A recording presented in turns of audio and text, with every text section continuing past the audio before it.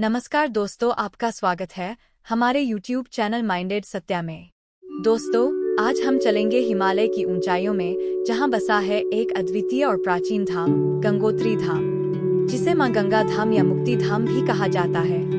आज इस पवित्र तीर्थ स्थल की यात्रा करेंगे और जानेंगे कि कैसे यह स्थल हिंदू धर्म का एक प्रमुख तीर्थ स्थल बन गया है। धाम कैसे पहुंच सकते हैं और गंगोत्री धाम की यात्रा करने से पहले आपको क्या क्या तैयारी करनी चाहिए, और साथ ही गंगोत्री धाम के इतिहास से जुड़ी कुछ रोचक और चमत्कारिक बातें भी जानेंगे। सब कुछ जानेंगे इस वीडियो में। दोस्तों, वीडियो शुरू करने से पहले यदि आप चैनल पर नए हो तो चैनल को सब्सक्राइब जरूर करें, और यदि आप गंगा मैया के सच्चे भक्त हैं तो कमेंट बॉक्स में हर हर गंगे जरूर लिखें। तो चलिए शुरू करते हैं। दोस्तों, जैसा कि आप जानते हैं कि उत्तराखंड राज्य में 4 प्रमुख पवित्र तीर्थ स्थल है: केदारनाथ, बद्रीनाथ, गंगोत्री, यमुनोत्री धाम, जिनमें से गंगोत्री धाम एक प्रमुख स्थल है। दोस्तों, जब भी हम 4 धाम की यात्रा पर निकलते हैं तो 4 धाम की यात्रा सबसे पहले गंगोत्री धाम से शुरू होती है। गंगोत्री धाम उत्तराखंड राज्य के उत्तरकाशी जिले में स्थित है। गंगोत्री धाम नदी तल से 3100 मीटर की ऊंचाई पर स्थित है। यह प्राचीन स्थान वह स्थान है जहां पर गंगा मैया का निवास स्थल है, और यहाँ से गंगा नदी हिमालय के ग्लेशियर से निकलती है। गंगोत्री धाम पवित्र 4 धामों में से एक है, जो गंगा नदी के स्रोत के रूप में महत्वपूर्ण है। गंगोत्री का अर्थ है भारत की पवित्र नदी। ग्लेशियर का नाम जहाँ से गंगा नदी निकलती है, जिसे गोमुख भी कहा जाता है। गंगोत्री धाम का इतिहास सदियों पुराना है, जिसका उल्लेख प्राचीन धर्मग्रंथों और ग्रंथों में मिलता है। पौराणिक कथाओं के अनुसार भगवान श्री राम जी के पूर्वज रघुकुल के चक्रवर्ती राजा भगीरथ ने यहाँ एक पवित्र शिलाखंड पर बैठकर भगवान शिव की कठोर तपस्या की थी। भगीरथ ने अपने पुरखों के पाप को धोने के लिए गंगा को पृथ्वी पर लाने का संकल्प किया। जहाँ राजा भगीरथ ने अपनी तपस्या के परिणाम स्वरूप भगवान शिव से गंगा को पृथ्वी पर आने का आशीर्वाद प्राप्त किया। भगीरथ की योजना के अनुसार गंगा ने आकाश से पृथ्वी पर आना शुरू किया, और तब शिवजी ने अपनी जटा से गंगा को धारावाहिक रूप में अपने शीश पर उठाया ताकि गंगा का आवेग कम हो। गंगा के आवेग से मिलते हुए भगीरथ के पुरखे मुक्ति प्राप्त कर गए और उनकी आत्मा शांति को प्राप्त हुई। इस प्रकार भगीरथ की परिश्रम से गंगा नदी पृथ्वी पर आई और इसे भगीरथी भी कहा जाता है। गंगा नदी को हिंदू धर्म में महत्वपूर्णता का केंद्र माना जाता है और इसे गंगा माता के रूप में पूजा जाता है। मान्यता यह भी है कि देवी भागीरथी ने इसी स्थान पर धरती का स्पर्श किया। इसके पश्चात गंगा नदी इस स्थान से शुरू होते हुए देवभूमि में बहती है, जो भागीरथी के नाम से जानी जाती है। भागीरथी जिस ग्लेशियर से बहती है, उस पवित्र स्थान को गोमुख के नाम से भी जाना जाता है। गोमुख से निकलने वाला पानी इतना शुद्ध, अमृत और दूध की भांति इतना सफेद रहता है, मानो कि पानी नहीं दूध ही हो। इस प्रकार से यहाँ गंगा नदी का उद्गम हिमालय पर्वत गोमुख से होता है, जो गंगोत्री ग्लेशियर का अंतिम छोर है। यह भारत का दूसरा सबसे बड़ा ग्लेशियर है और गोमुख गंगोत्री से 19 किलोमीटर 13,200 फीट की ऊंचाई पर है।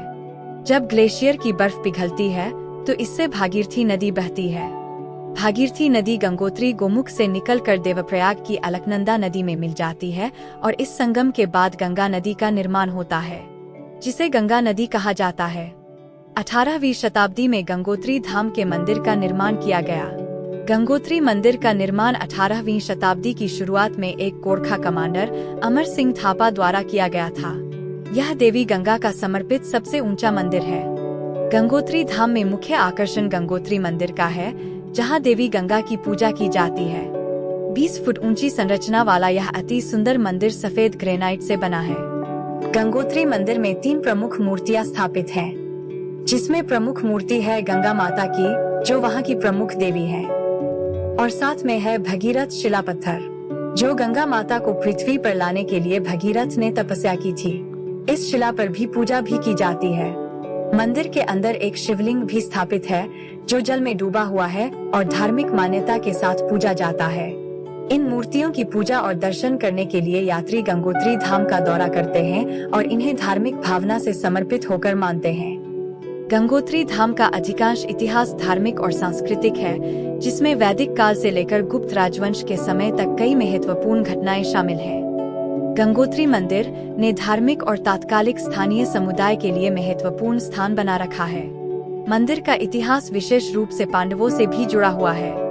साथ ही यहाँ के पर्व और महोत्सव भी धार्मिक आस्था को और बढ़ाते हैं, जिसमें गंगा दशहरा एक प्रमुख आयोजन किया जाता है।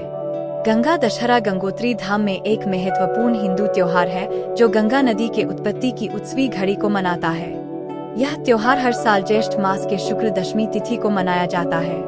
गंगा दशहरा के दिन गंगोत्री में भी धार्मिक अनुष्ठान, पूजा अर्चना और गंगा आरती आयोजित की जाती है। यह त्योहार गंगा माता के प्रति भक्ति और कृतज्ञता का अभिवादन करने का एक अद्वितीय अवसर प्रदान करता है।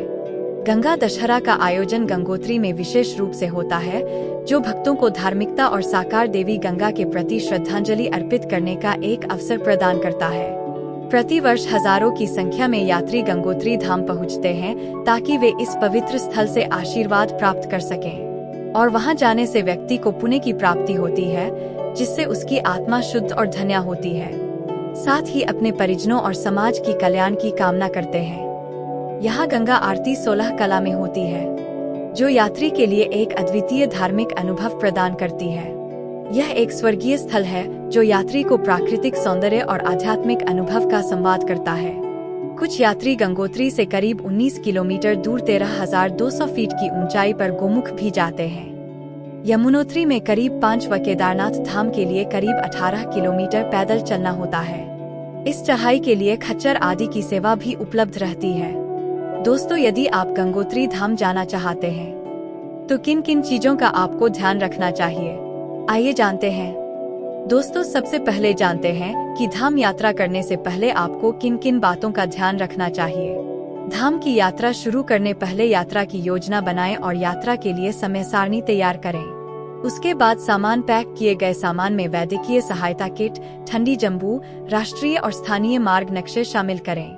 यात्रा के लिए उचित वस्त्रों को चुनें जो ठंडक और बर्फबारी के खिलाफ सुरक्षित हों।